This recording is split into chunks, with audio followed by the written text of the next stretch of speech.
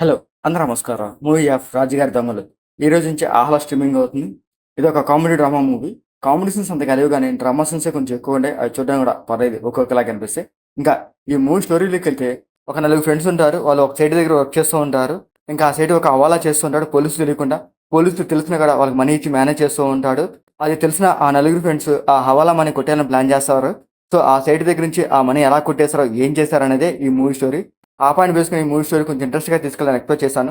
Story ఇంట్రెస్ట్‌గా లేకపోయినా కూడా సీన్స్ కూడా చాలా రొటీన్‌గా అనిపిస్తాయి. అసలు కొన్ని కొన్ని చోట్ల అయితే బోరింగ్‌గా కూడా అనిపిస్తదనమాట. సో, ఆ నలుగురు ఫ్రెండ్స్ మధ్య వచ్చిన కొంచెం బాండింగ్ గాని, సో, ఆ దొంగతనాల సీన్ గాని కొంచెం హైలైట్ చేసి చూపిస్తారనుకున్నాను. సో, ఆ దొంగతనాల సీన్ అయితే అసలు హైలైట్‌గా ఏమీ లేవనమాట. చాలా సింపుల్‌గా ఉంటాయి.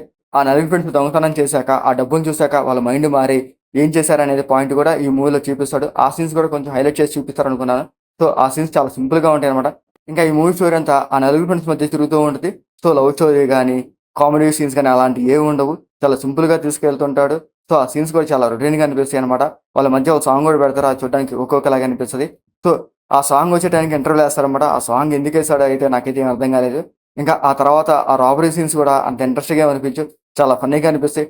ఆ గోతంలో డబ్బులు తీసుకెళ్లటం ఏందో, ఆ గోతంతో వాళ్ళు పరిగెత్తడం ఏందో, ఆ సీన్స్ చాలా బోరింగ్‌గా అయితే అనిపించాయి.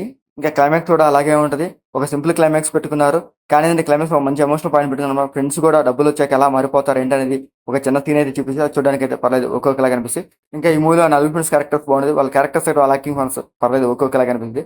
ఇంకా ఈ మూవీలో సాంగ్స్ అంతగా ఏం బాలేదు గానీ, టెక్నికల్స్ పర్లేదు బాగుంటది. ఈ మూవీ కంప్లీట్‌గా విలేజ్ స్టైల్‌లోనే తీశారు. ఆ విలేజ్ క్యారెక్టర్స్ ఇంకొంచెం బాగా బిల్డ్ చేసుంటే బాగుండేది అనిపించింది.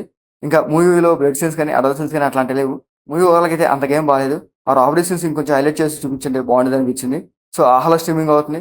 మీకు నచ్చితే చూడండి. లేకపోతే లీవ్ ఇట్. మీకు మా వీడియోస్ నచ్చితే లైక్ చేయండి, షేర్ చేయండి, సబ్స్క్రైబ్ చేసుకోండి. Thank you for watching.